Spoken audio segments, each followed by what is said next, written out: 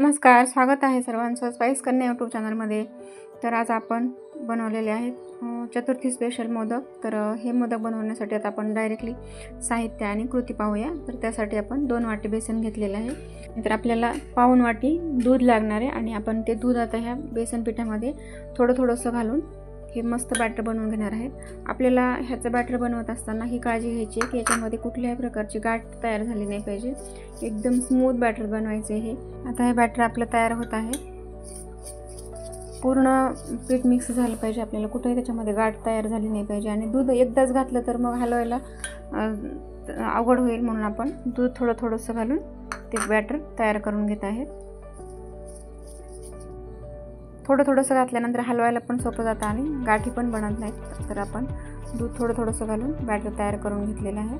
तर आता आपण काय करणार आहे, गॅसवर एक पॅन ठेवून त्यामध्ये अर्धी वाटी तूप घालणार आहे आणि ते तूप फक्त आपल्याला वितळून घ्यायचे, पूर्ण गरम नाही करायचं। जेव्हा ते तूप वितळलं की त्याच्यामध्ये आपण आता आपण हे तूप घालून घेत आहे। ते तूप फक्त वितळवायचे, वितळलं की आपल्याला हे बेसनाचं बॅटर आहे ते टाकून घ्यायचे आणि मस्त हे हलवून घ्यायचं। आता हे आपल्याला तोपर्यंत हलवत राहायचं जोपर्यंत हे बेसन जे आहे ते मोकळं आणि सुटसुटीत होत नाही तोपर्यंत। थोडा वेळ लागतो, 9 ते 10 मिनिट लागतात हे पीठ मोकळं आणि सुटसुटीत व्हायला।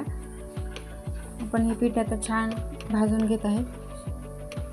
हे पीठ भाजत असताना आपल्याला काळजीपूर्वक भाजायचे, कारण ते खाली चिकटलं तर मग करपण्याची शक्यता आहे। त्यामुळे आपल्याला खूप काळजीपूर्वक हे पीठ भाजून घ्यायचे।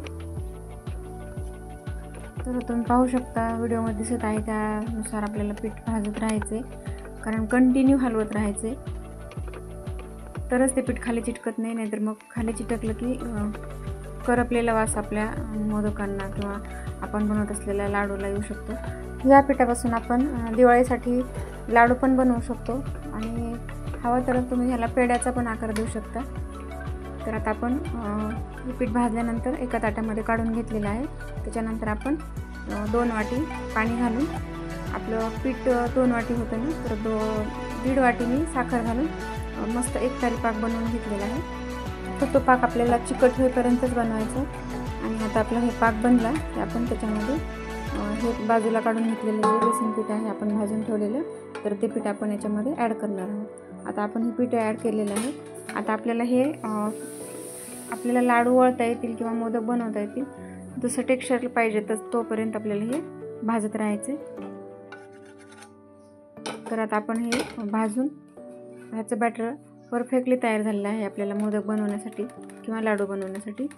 तर आता आपल्याला ते एका ताटामध्ये घेऊन कोमट होईपर्यंत थोडंसं वाट पाहायची आणि नंतर आपल्याला त्याचे मोदक बनवून आवडल्यास लाईक करा आणि आपल्या चॅनलवर जर नवीन असाल तर चॅनलला सबस्क्राईब करा। धन्यवाद।